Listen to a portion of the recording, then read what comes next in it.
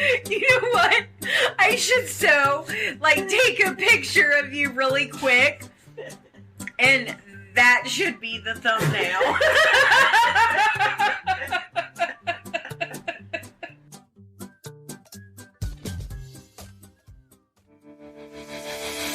Welcome to the Woman Angler and Adventurer podcast, inspiring real women with a passion for fishing and the outdoors to go get their adventure on. Now, here's your fearless host, Angie Scott. Hey, welcome everyone to this week's episode of the Woman Angler and Adventurer. I hope you were able to catch last week's episode where Barbara Harris and I were recapping the first part of the LBA tournament on Truman Lake. The LBAA, if you don't know, is the Lady Bass Anglers Association, which is the Women's Pro Tour. So this week's episode is part 2 of that conversation, which took place the same evening, and we were definitely getting more and more delirious as the evening went on, as you might have picked up from the intro. So I'll give you a little warning when you can skip ahead about 7 minutes unless you need a really good laugh, which is why I decided to leave it all in there, because who doesn't need a good laugh, especially in 2020? I don't know, maybe it's not funny at all, but I know when I was editing this episode, I had a few laugh till I cried moments, which is never a bad thing in my book. Alright, with all that being said, please enjoy this very natural conversation between my roommate for the tournament, Barbara Harris, and I about the 2-day LBA Truman Lake tournament. And at the end, I'll reveal the results, as well as the results of the 1-day classic shootout, which followed day 2. I hope you enjoy.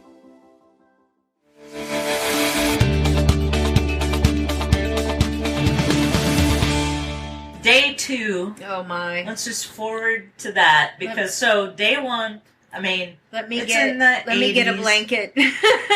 Terry's like my boater, Terry Cindric, which we talked about. She had those pants on that can convert to shorts. You know, you unzip. She's unzipping the leg. She's in her shorts. Yep. We're all like, it is windy still, but it's warm. It's warm. Day 2. Mm-hmm. We wake up in the morning. We know this was coming. Everybody knew it was coming. Oh, wait. What did you do? Wait, let's go back to day 1 in the evening. Because your roommate, she went over and got your thermal pants, right? I got some thermal pants. And where did you go? Oh, I went to Walmart. What did you get at Walmart? I bought a bunch of hand warmers. Okay. Or body warmers and toe warmers. Okay. At Walmart. Because you're right. We knew this was coming. Yeah. It's not like we woke up and there was like... No. Yeah, I drove... And granted, Walmart is not close. This, where we're at here at Bucksaw Resort, is like in the boonies. It's a good 13 miles to Walmart. Well, hold on a minute. In all fairness, the closest grocery store to me is like 15 to 20 miles away. And I don't consider I don't consider myself to live in the boonies. I live in the beautiful country of Kentucky. So, all right. Well, anyway, we are pretty secluded out here. It's kind of creepy. Yeah. So, I drove like 13 miles to Walmart to get some hand warmers and hot hands and toe warmers and whatnot. While I'm there, I ran into Wendy. Wendy's at the sporting goods counter buying some like camouflage shirt and pants. And Wendy Berger, she is another co-angler. Yep. And so she's like, she saw me, and I did have some lures and some other stuff I grabbed because I couldn't help myself. Because I'm like, I need some crankbaits, and I need... Because you was going to kill it? Yeah, I was going to kill it. I'm like, I'm ready. I know what I need. I need to get some more crankbaits and some more spinner baits and some Kitech swim baits, and, you know, I had this whole deal. And so I heard somebody say that the Walmart, and they might have been trying to throw us off maybe a little bit, but I'm sure, because somebody there was made a nothing comment working. that the Walmart fishing selection was kind of not very good. Somebody did tell us that. Were they I loaded? think it was Linda. They had Guggen baits. They had War Eagle spinner baits, Kitech. I mean, everything, every kind of brand. I've never seen Guggen in a Me Walmart. either. Me either. I was like, what was they talking about? I would have come here like 2 nights ago getting stuff if I would have thought. Anyways, I ran into That's Wendy. funny. Yeah. Somebody bamboozled us. Uh-huh. Yeah. See, we are competitive. We're helpful, but we're competitive at the same time. They don't have fishing stuff at Walmart. The Walmart, it's not. It's like You must go to Costco. You might find some bobbers and some hooks, but that's about it. Here we are, Guggens and Right. all the things. But anyway, so I got the hand warmers and the toe warmers because the forecast was 30 degrees, feels like 33 degrees or whatever, windy and rainy, which is a recipe for disaster, in my opinion. It's cold and miserable. It actually doesn't sound as bad as it actually was. as it actually was. So in the morning, woke up, I took a hot shower, and then I started putting my layers on, which I've gained a lot of weight this year, so my rain pants barely fit. I felt like the kid from Christmas Story by the time I was all said and done with all my layers. Yeah, I think we all did. Like an abominable snowman. Couldn't hardly move. Put my little toe warmers in my socks. Barbara did too. As it turns out, hers didn't work till if you should get back in, but we'll talk about that later. Well, hold on though. What were you doing this morning when you were at the mirror? You had the pack looking at it. Oh, well, you were talking about the. I was trying to read the instructions on the hot hands, and it's like about, I don't know, 1/25th of an inch high. Small. I mean, you cannot read that stuff. So I've used it before ice fishing, and I never had an issue. But I couldn't. It's been a while, and I couldn't remember what you had to do to get them to start heating up. And so, best I could tell, you just take it out of the wrapper, and it starts heating up. So that's what I did. And mine were a little warm on my toes. That's all I ever got to. But we'll talk about that later, too. So day 2. So I had a newer boater, and she's from Washington, D.C., and she had a smaller bass tracker boat. And, which, nothing wrong with that. You can bass fish from that. But I'm a U.S. Coast Guard licensed captain, and I do safety trainings for Freedom Boat Club. And conditions were pretty rough out there. I mean, it was windy, and then, so, we all took out. It was cold, it was windy, and the lake is treacherous in of itself with the tree stumps and everything. We kind of got to a point where it started raining. Waves were kind of coming up over the edge of the boat, and I was like, I don't know that it's safe for us to be out here. So I kind of made the call, let's head back in, let's kind of wait it out. As soon as we started heading back in, it started lightning. And I'm like, yeah, that's a sure sign we need to get off the water. We were close enough to the marina to where it made sense to get back in. And so we got back in, we got some hot coffee at the restaurant there, and you should see the look on Barbara's face right now because she stuck it out. So tell me about your experience up there. Well, up until that point while you were getting breakfast. Let's see. So, yeah, we took off to I had the same toe warmers. Which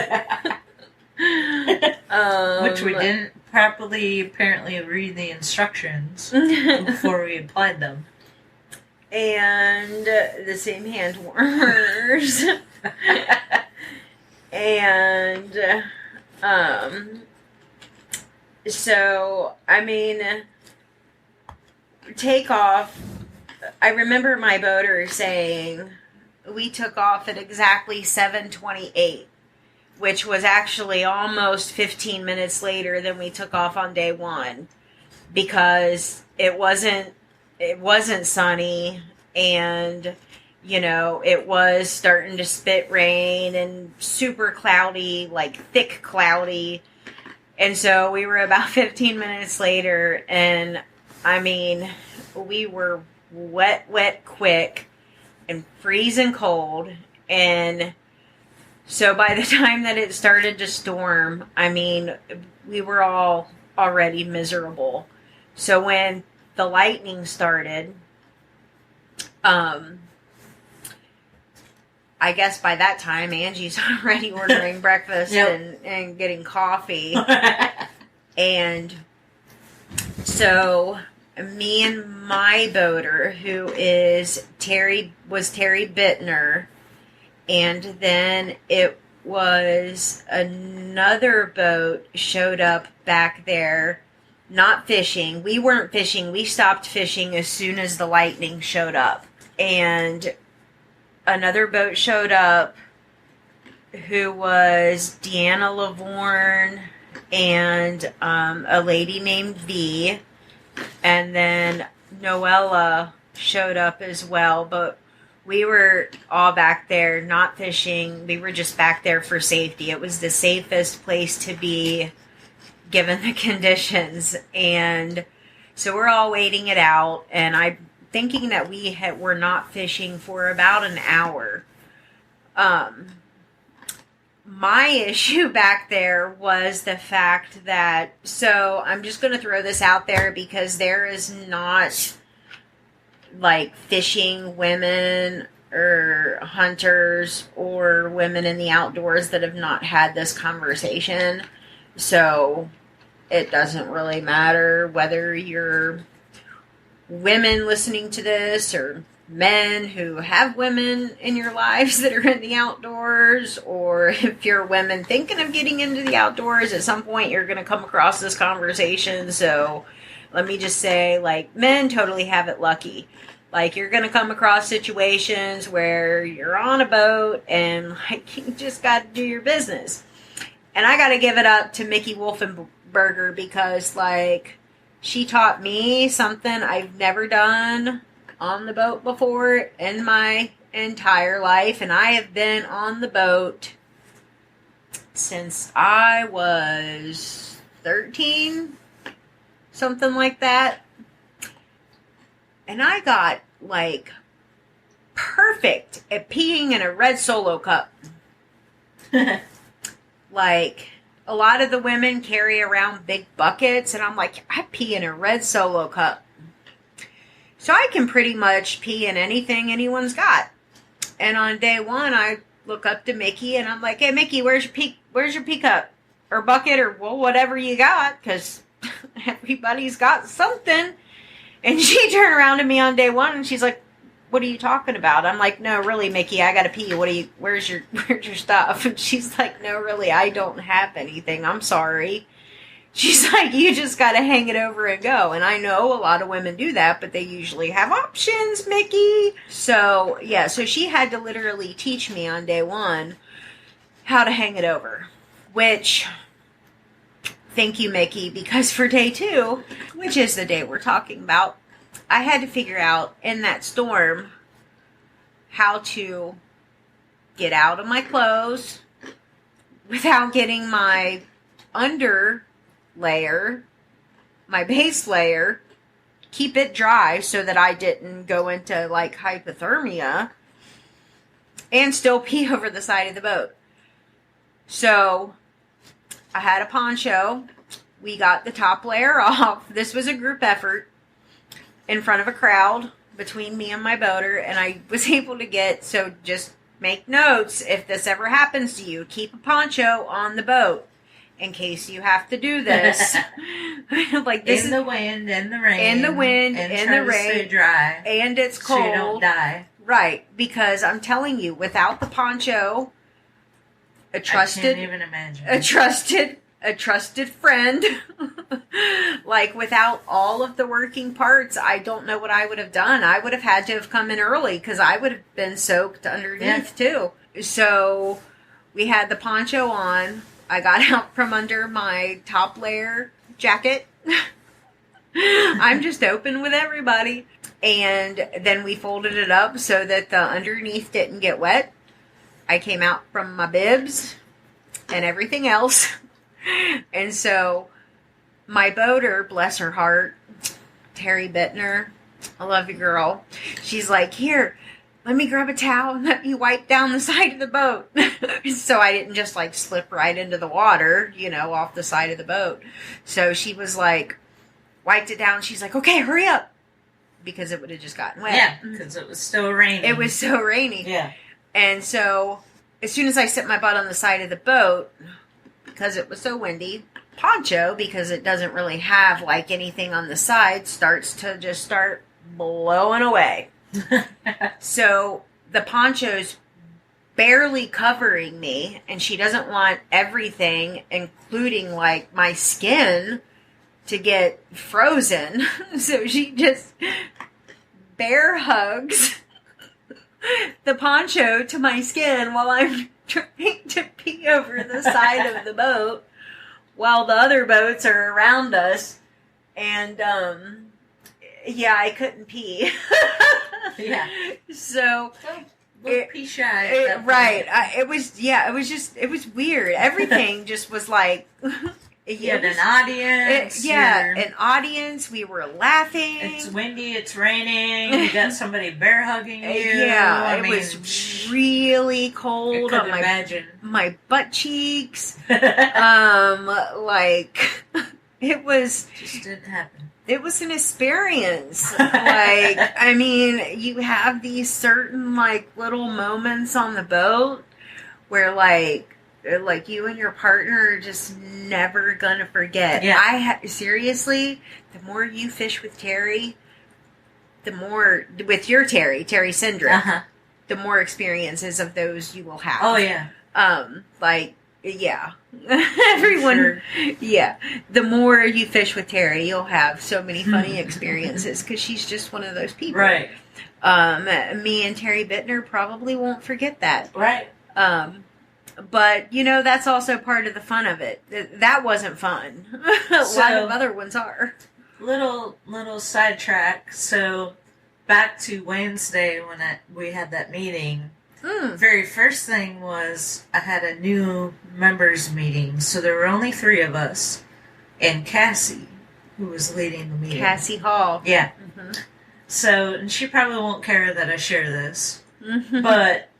I'm sure she won't. As part of the meeting, one of the things she was just kind of giving us a heads up. So it was 2 co-anglers and a boater. The boater I had on day 2.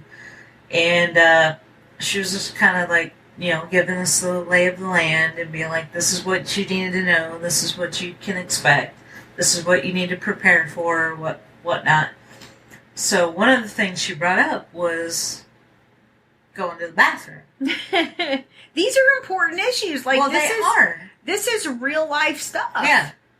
So she's, I don't know how many years she's been in it now, but it hadn't been a super long time. Mm-hmm. But she said the first year, and somebody told her, we pee off the side of the boat. You hang over the edge like you just learned. Right, I just learned how to do it. Because somebody always had a bucket. So her very first experience doing that, she fell in the lake. And that's what she told us. So be glad that was not your first experience, because could you imagine? Yeah. In those water temps and these frigid conditions? Oh my Lord. Yeah. But that was her first experience doing that. So, and you said it was pretty easy. You know easier what? than you expected it I to was horrified because, like, I was looking at Mickey like, I mean, you know, it's because it was really warm that day, right? But the water was temperature, cold. yeah, the water temperature was not so warm. No. I still didn't want to fall in the lake. No, yeah. So, you know, I was worried because I don't have a lot of stomach muscles, and I thought that's what was the equilibrium and everything, right. and I told Mickey, I told her the same thing, and I'm like, I can't, my balance ain't that great, and she kind of even made me more nervous because she's like, here, hold on really hard to this console handle, and I'm just like, oh crap, I can't do like all this at once. And I was very surprised how far our stuff hung over and how much natural balance we automatically had. I was very surprised. I'm not anti hanging over the boat anymore. It was very, very quick. Although Mickey did say, and in her defense, it wasn't hang your butt over or hold it or pee on yourself or anything. It was, well, if you can't do it, and do it safely, if you're not sure, you can pee in my drain and we'll wash it out with water. And I said, Mickey, I appreciate it, but I'm just not comfortable with actually intentionally peeing in your boat and running it through the boat. So I'm pretty sure I can pee over the boat. But she was being very accommodating with what she had to work with. Which is awesome. Oh, cool. But those are real life issues. And big time men issues. are very lucky. So today in those conditions, I cannot imagine having to do that, peel off all those layers. And while I'm doing that, I'm eating at breakfast. the restaurant having an omelet, drinking some Seriously? hot coffee. No, I mean, the competitor in me would have loved to have been out there fishing. Clearly. But like I said, it was a safety. I mean, I love to fish, but I'm not going to die. I'm not going to intentionally die overfishing. Not that would have happened, but lightning and... How many people were in with you? Oh, yeah. So that was, yeah. I think we were the first ones to make it back in, but we pulled into a slip, tied off the boat, went in the restaurant, and it wasn't too long after that. Yeah. Another bass boat coming in, a couple other ladies, and I think one more, and that was it for a little while. And that was during the big downpour. Right. And there was still lightning and whatnot. And then it kind of let up a little bit. And then it was the people that were soaking wet that could not handle the frigid temperatures being soaking wet. On top of the wind. And the wind, yeah. All day. So we were wrapping up eating breakfast, and that's when I think maybe 3 more boats came in with co-anglers that didn't have the proper gear. It's no fault of their own. I mean, not having the proper gear, you could have geared up. But, I mean, this is the South. I mean, a lot of these ladies are from the South, and you're not used to that. You don't have that kind of equipment. And this cold weather wasn't in the forecast this time last week. Right. Yeah. So if you're prepping, this crept up while we were already here. Right. And so, this was... Which is why I ran into Wendy at Walmart. Right. Where she was buying a hunting suit to wear because she didn't have anything. Which is a good thing, because she... She did very, very well on day 2. Because she was warm! Exactly. Yeah. Because we were all out there. Yeah. Yep, she did the right thing by going to Walmart and making that investment so she could stay out there because she caught a very, very nice. I wish I knew or remembered the weight. I think it was 4.05. Might have been. You should have seen when she saw you coming. She hid some kind of bait under and she grabbed that worm suit to hide whatever bait it was she grabbed. No, what was funny is she was already at the checkout counter, and I had a bunch of stuff in my hands. I was only supposed to go to buy the hand warmers, but I walked down that fishing aisle, and I couldn't help it. I'm like, ooh, I need a couple more crankbaits. And the snacks were the only useful thing you brought home. Exactly, because I didn't even wet a line on day 2. Now that's not to say they're not going to pay off on Percy Priest once I get back home, because that's true. Will. But anyway, I was wearing my LBA shirt because I don't think she knew who I was because I'm new or whatever. But because I had my LBA shirt on, she said, "What you got?" And I said, "I ain't saying." And she says, "Oh, it's going to be like that, is it?" Yeah. And that's just kind of how, we mess around, But I said, actually, I just came here for hand warmers. And I didn't have those yet. And so she actually pointed me to where the hand warmers were. So I got those, and that was it. I was on my way. But, yeah, so the hand warmers didn't really even play a role for me because I had my toe warmers, but I never had to use the other because we were back in. And let me play out for you the rest of the day. Please do. So after the thunderstorm or rainstorm, whatever, lightning, rain, all the things, there was a point, and I think it was it Christian Baxter? I think it was Christian Baxter at one point at the weigh-in had said, I'm pretty sure at one point it started sleeting, and I was like, I know! I was like, I said that to my boater because it was like, it was too thick to be rain. It wasn't quite snow.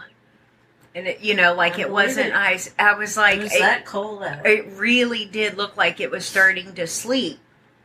And she said, yeah, because she was like, it kept hitting her in her eye. And she's like, oh, rain don't feel like that.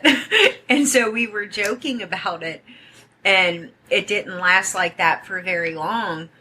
But it was, because it rained like that for so long. Once, it doesn't matter how good your rain suit is.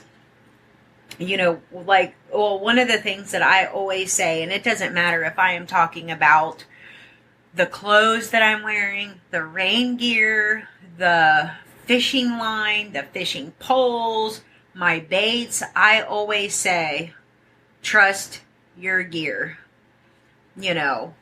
That's like, you want to trust everything it is that you're using. Mm-hmm. And, my rain gear, my warm gear, all of my fishing stuff, nothing failed on me today. But when your rain gear, no matter how good it is, even if no water gets through it, once it gets so heavy that, like, it's, nothing's penetrated it, then you can't help but to just not be able to warm up. So you take that on top of the temperatures not increasing at all. In fact, towards the end of the day, it was actually colder. And then the winds never let down. So it just got more miserable. And then if you went to different parts on the lake, the winds even got worse. Because at one point, for about a half hour, we actually went into worst winds. Intentionally.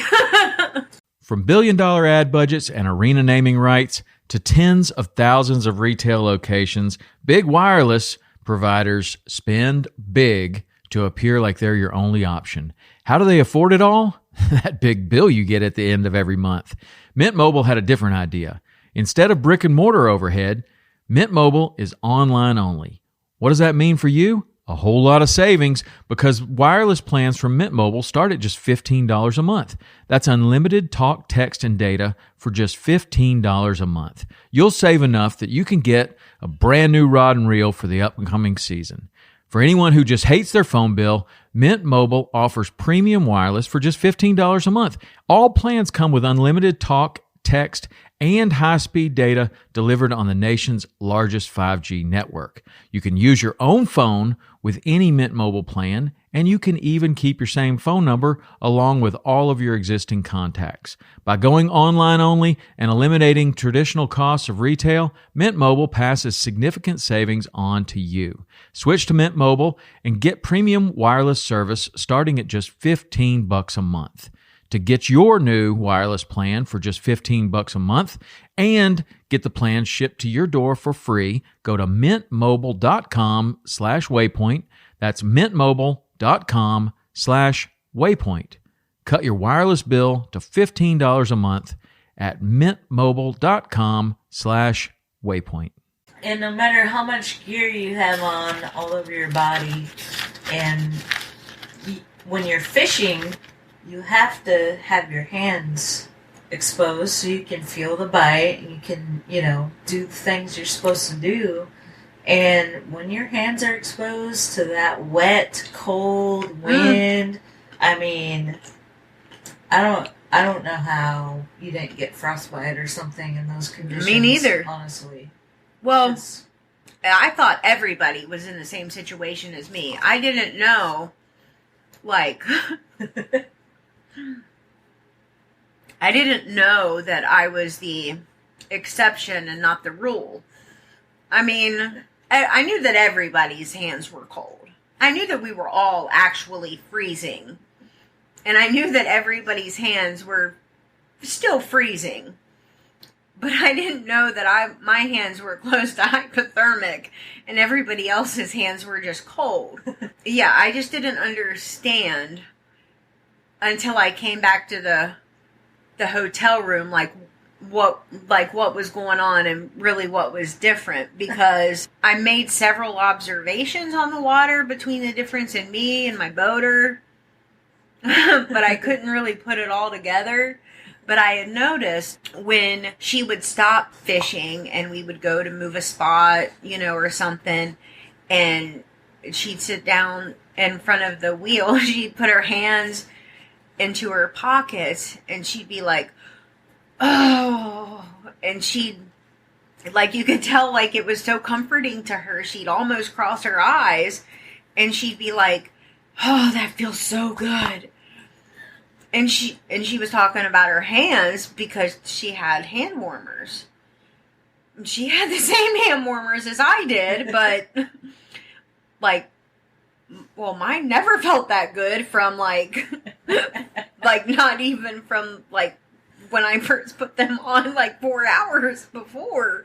And I'm thinking okay, seriously, what gives? And finally I asked her, I'm like, why are mine not working?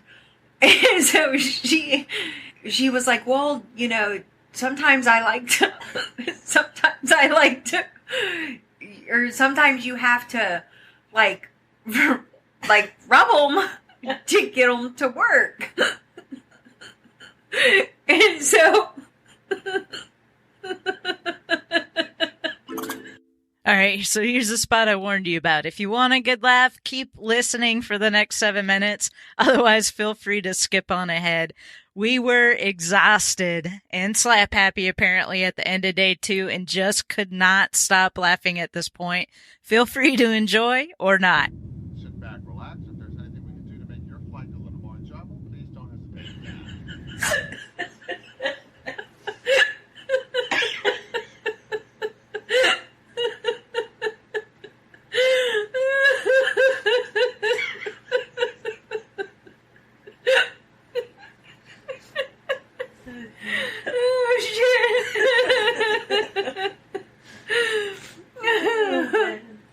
oh God.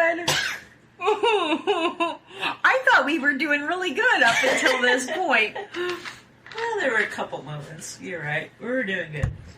But it's been really natural, like just conversation. Totally. Okay, so you thought you were doing good until she said, "I gotta, don't rub keep them the to get them to work." Yeah, rub it to get it to work. Don't have that be the intro.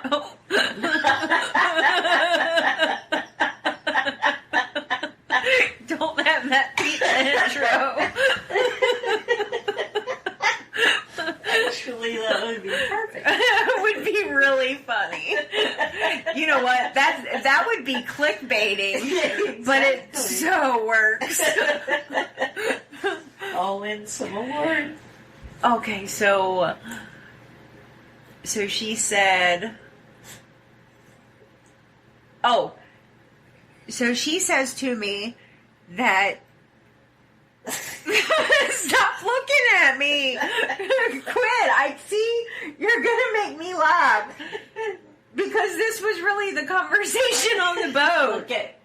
Only I was really looking at her like, oh, okay.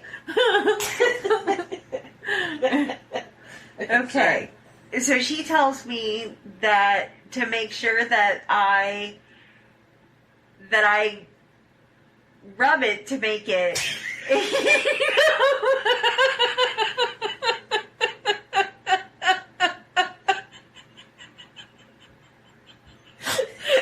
This just keeps sounding worse and worse. Like it's starting to sound like a dirty. Okay, sorry. I will laugh. Right. It's. Could I just hurry up and say that line? Yes. So that you can. Yes. Okay. I'll bite my lips. Yeah, that doesn't help.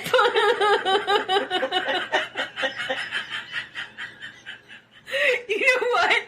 I should take a picture of you really quick, and that should be the thumbnail. Okay, I can hurry up and get out that one line. Okay. Okay, I'm doing it this time. Okay. You're good. Okay, I can do it.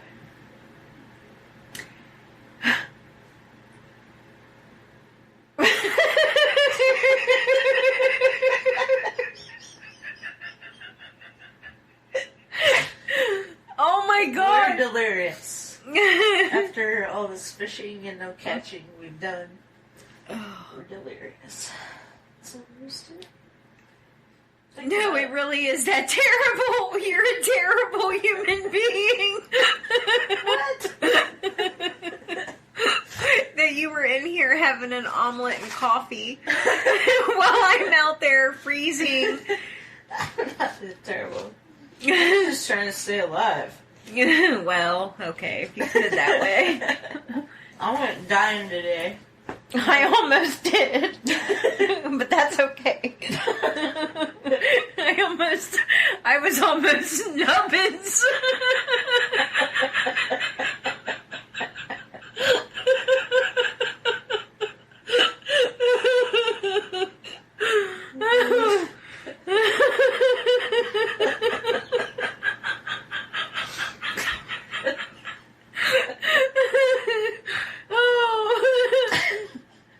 You know what's sad?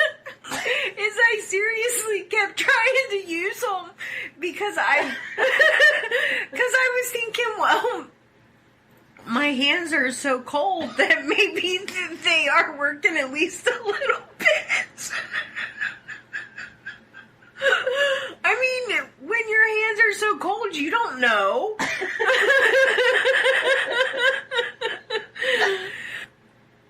So Terry tells me that if they're not working, I need to make sure that I... See, I was doing so good! Didn't do anything. Until I looked over at you. Okay, I ain't looking at you. You can't be trusted. Don't look at me. You can't be trusted. No. So, as I'm sitting there, like, I'm really curious as to why she's... That did not start off very good.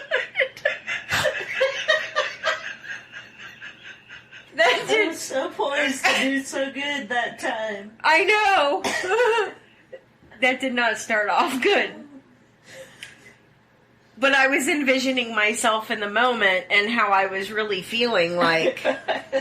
Right? Like, fine. Alright, you can do this. I can do this. Okay. Think of it, it's for the people. It's for the anglers. Okay. Oh my god, it's like one line. Oh my god, is this what acting is like? Yes. Have you ever seen, like, bloopers of Friends and stuff where they keep laughing all the time because we can't get it on line out? Oh god. Oh lord. It's not a bad thing. Well, that's true. I guess laughing all day would be fun, probably. Okay. Well, I'd be really pissed if I finally got it out and I had to redo it because you were crunching in the background. No, I hope that doesn't carry through because I've been crunching a lot. Okay. All right, I got it. So my boater is trying to educate me on these hand warmers that everybody has. And so she tells me that I'm supposed to rub them to activate them. When she said that, I was just kind of confused because you told me that I just had to take it out of the package, peel the back off, put them on my toes or my feet, put them in my hands, my pockets, and sit and warmth. It's as best as I could figure with the minuscule instructions on the back that you can't hardly read. Nonetheless, so mine weren't working out there. And I was confused because I'm thinking, okay, how can her hands be so warm that she is like singing praises? And because she says that, I start obnoxiously rubbing these things now that are now just sitting in my pocket doing nothing for me, and I'm just sitting there incessantly rubbing them for nothing. No, that was one of the first things I asked you when I saw you when you came back in was, how are those hand warmers? And you said, they didn't really do anything because it was so wet. And I was like, oh, dang, I didn't, I've only used them for ice fishing. And when I'm ice fishing, there's not a whole, usually, in my case anyway, a whole lot of wetness involved. It's not like it's raining, because it's so cold out. If anything, it might snow a little bit, but it's not like it's hard driving rain, like we had today. So I was like, oh, I guess they don't work if they get super wet, So I didn't think much of it. I'm like, wow, that sucks that it didn't work. But, so, let's just fast forward a little bit till this evening. Let's do that. We're sitting in here. We'd gone to dinner, the whole way in, all that happened, and we'll go back to that, but, we're sitting in here, or I'm sitting in here, you're getting all your gear off and all that, and you got down to your socks, and you're like, oh, like you almost forgot you had those on because they weren't working.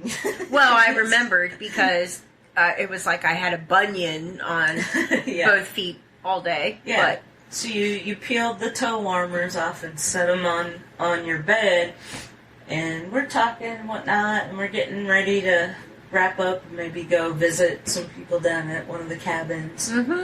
And you reached down to grab one of them to throw them away. Yep. And about burnt your hand off. It was so It hot. sure did. And that's when we realized Mm-hmm. that apparently we didn't activate them properly. Right. So there I had those fully functional hand warmers in my pockets all day long while my hands were dang near hypothermic in my pockets.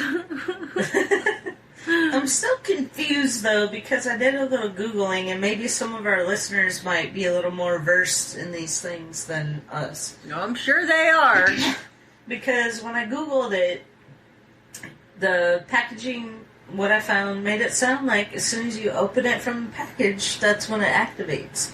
So there's no shaking necessary or anything. But, I mean, you tossed that toe warmer to me and it was hot. So I believe you. It did not operate to its full functionality until you took it off. Right. So there's something we didn't do that should have been done in both cases. Yeah, because it didn't stay like that since 6:30. No, that was 6:30 this morning. They were rated for 8 hours, the Right. toes, and that was well over 8 hours. And there's no way they would be that scalding hot. So if you know something that we don't know, let us know, because we might run into the situation again. People are like, we know a lot of things you guys don't know. Yeah. The message board's Where do gonna you be want to start? right. It'll be like 600 comments by like 8 o'clock tomorrow morning. I mean, take that back. Just about hot Right. hands. Just about hot hands. Oh, man. So you were out there, you suffered through it. Like, how did you do it? I mean, did you have to, like, get in your head and tell yourself certain things? Or, like, we're almost done. We're almost back. I mean, because the fishing still... I mean, it heated up a little bit for some people in certain spots. But it was still, overall, it was still tough. I truly believe that those people... And nobody's talking yet. Right. Because tomorrow's the classic. Which is unusual. It's set up this way, because typically the classic will be totally separate event. Right. Different lake. It would be like a month away, a month and a half away at a different lake. And here we are. It's the very next day. It's a one-day shootout on the same lake. And the classic's usually a 3-day tournament. Right. So totally different situation this year, as is with most everything in our world. But. Right. But so nobody's really talking yet. Mm-hmm. But since this episode, by the time you guys hear it, the classic will be done. So it won't matter, what I say. But my best guess, best kind of sort of educated guess, based on my limited experience in bass fishing, is that from today on the water and the things that I've heard, I truly believe that those fish that were weighed in today, while the weights were bigger and the numbers were higher, those fish were caught in a fairly quick window. And the fishing really probably wasn't all that better. But if you happen to be in the right place at the right time, that maybe the window was a little bit earlier in the day today. Yesterday. It was late. It was very late. Yeah. People caught their keepers, like... within minutes of waiting. My boater yesterday, 250, 253. Mine, 245. Right. So, the window, a little bit earlier, maybe a little bit longer. Right place, right time. Mm-hmm. I don't know that the fishing, necessarily was... Better. Yeah, all that much better. I thought today was actually going to be pretty good. On fire. Yeah, I mean, not necessarily on fire, but I had better expectations for today. For most people, it wasn't really all that great. The way that I made it I just through. wanted to survive. Well, that's a pretty good expectation anytime that you go out. That's a very high expectation, but yet low at the Very same high. time. You know, like you should always expect to survive, but at the same time, Sometimes that's not. people don't. That's very true, and there's been a lot of that this year. Yeah. But like, you know, today, I was like, "Hey Terry, what time is it?" Are we getting close? I mean, I will be honest. Today was the worst combination when you have, you know, rain, cold, and wind. It would have been easier to fish in snow and wind. Oh, 100%. You know? So that's something I want to bring up. I mean, the worst, quote-unquote, worst conditions I've fished in was 20 below, maybe a little bit more. So maybe 24 below zero. Ice fishing on Lake Superior. It was easier than what y'all had to go through today. And I'm not kidding. Wow. I'm not kidding. Woo woo for the LBAA girls. I know. You all are tough mamas for putting up with all y'all that stay out there all day until 3 o'clock in those conditions. That, I mean...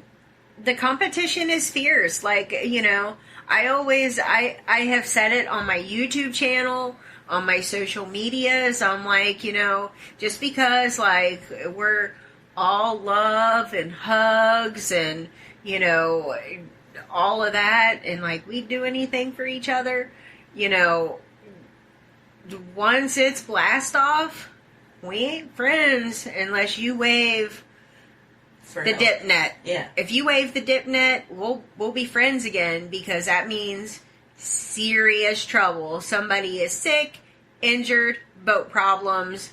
You need help. Mm-hmm. We'll come and help you.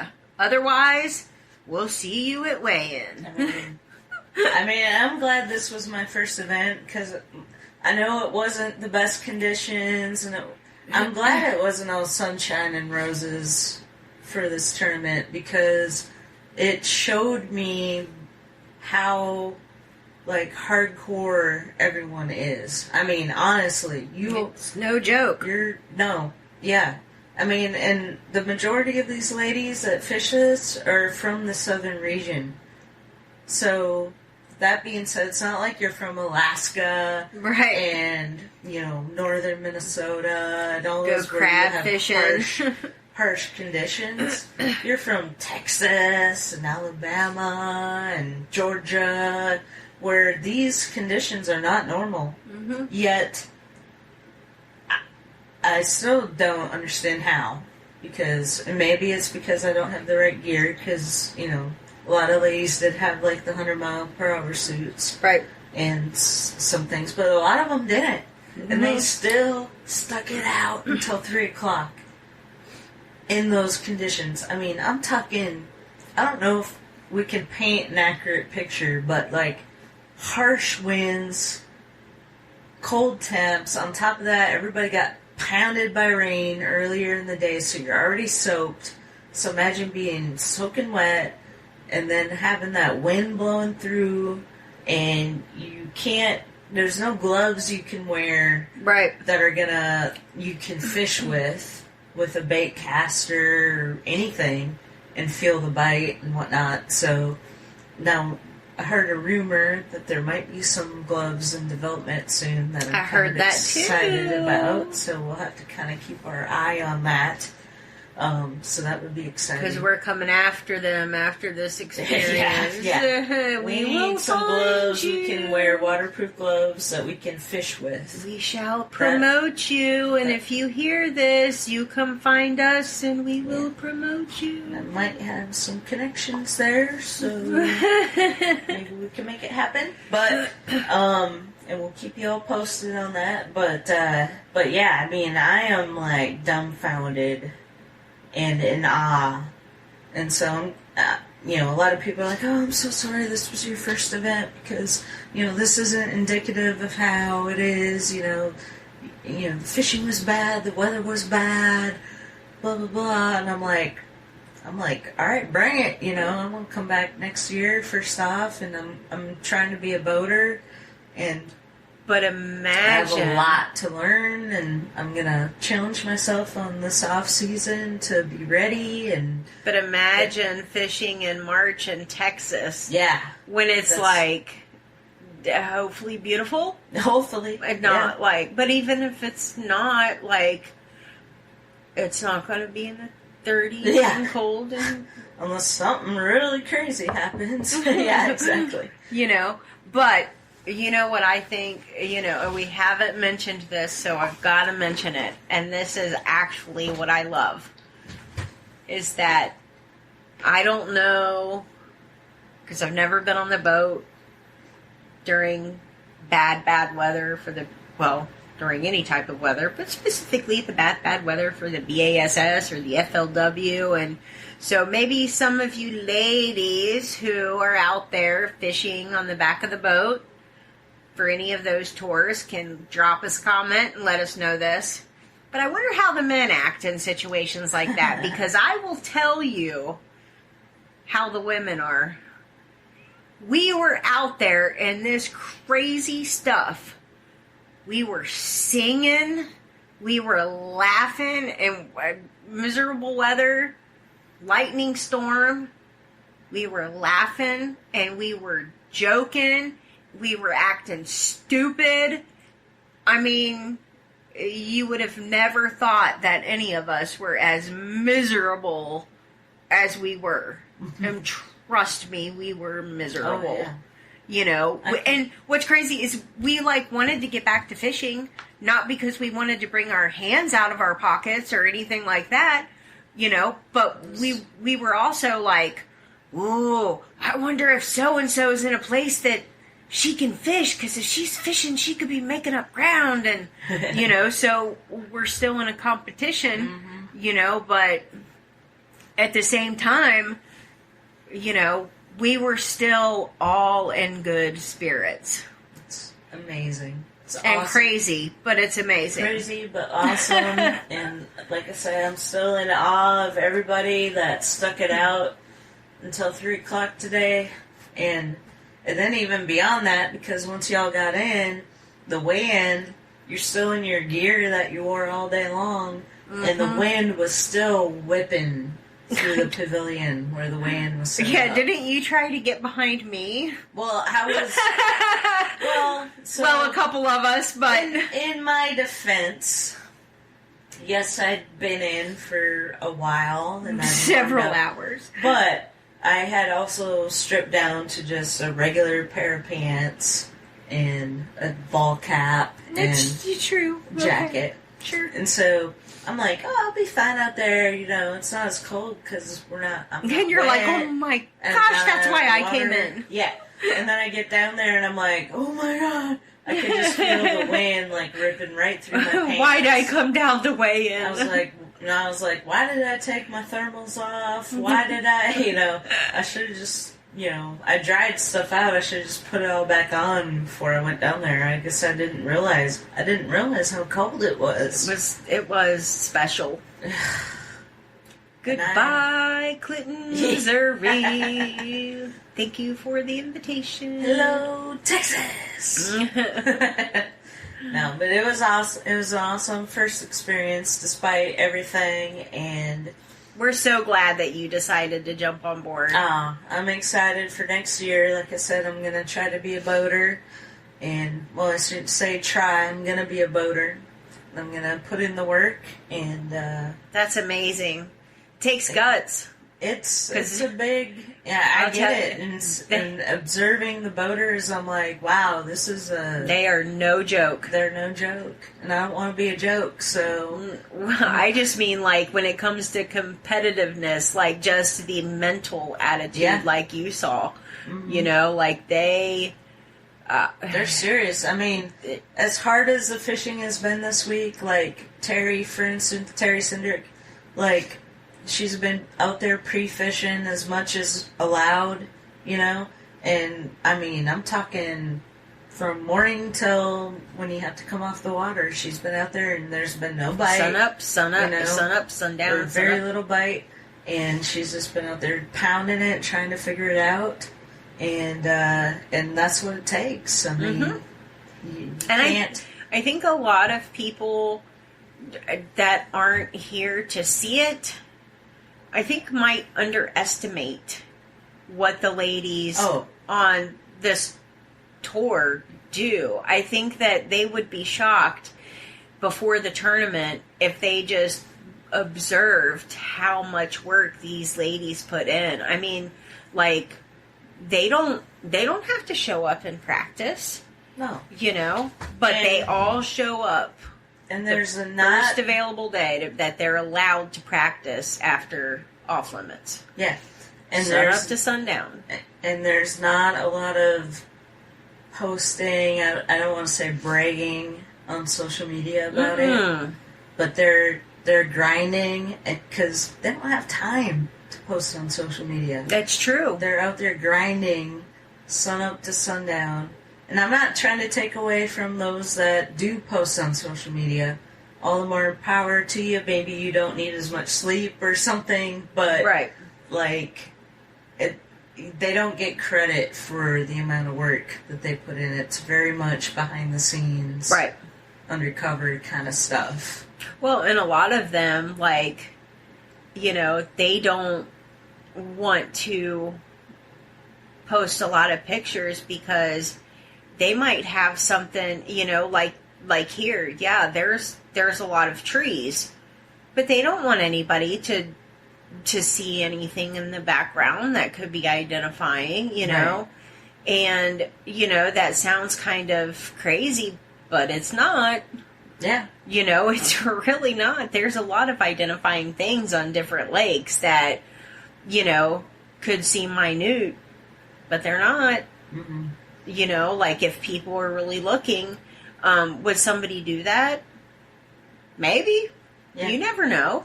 Yeah, that's part of it, but I think the other part is, too, it's just they're so focused on the task at hand to figure it out and to fish the tournament and do good.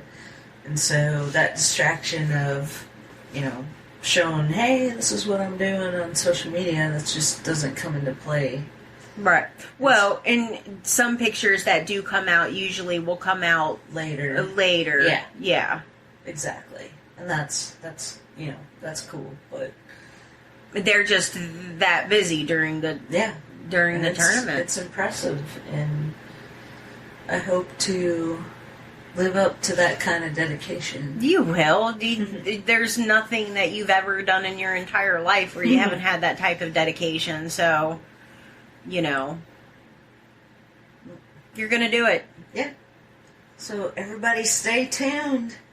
Yep. But this was the first event, and it was a doozy, and it was a good one, and it was a memorable one, that's for sure. We will never forget your first tournament. I will never forget it. And, yeah, I'm really looking forward to next season. And, Ray Hubbard, Texas, Ray 2021. I'm going to start studying now, pulling up that Google Earth and checking it out, so... It's a doozy. That's what I've heard. So, yeah, like I say, stay tuned. More to come. And thanks, everyone, for listening. All right. Bye, everybody. Bye.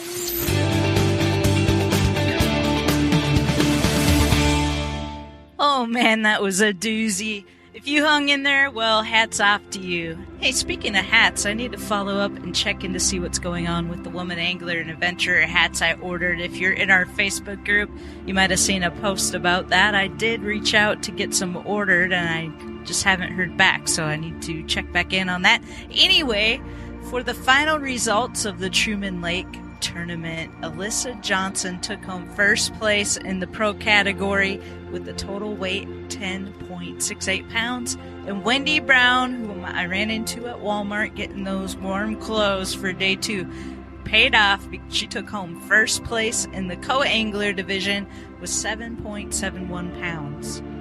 Pam Martin Wells won the one-day classic shootout in the pro division with 9.69 pounds. Great job, Pam. And Cheryl Bowden came in second behind Pam with a bag weighing in at 4.8. Third went to Mickey Wolfenberger on her home waters of Truman Lake, breaking the curse. Way to go, Mickey. 4.71 pounds.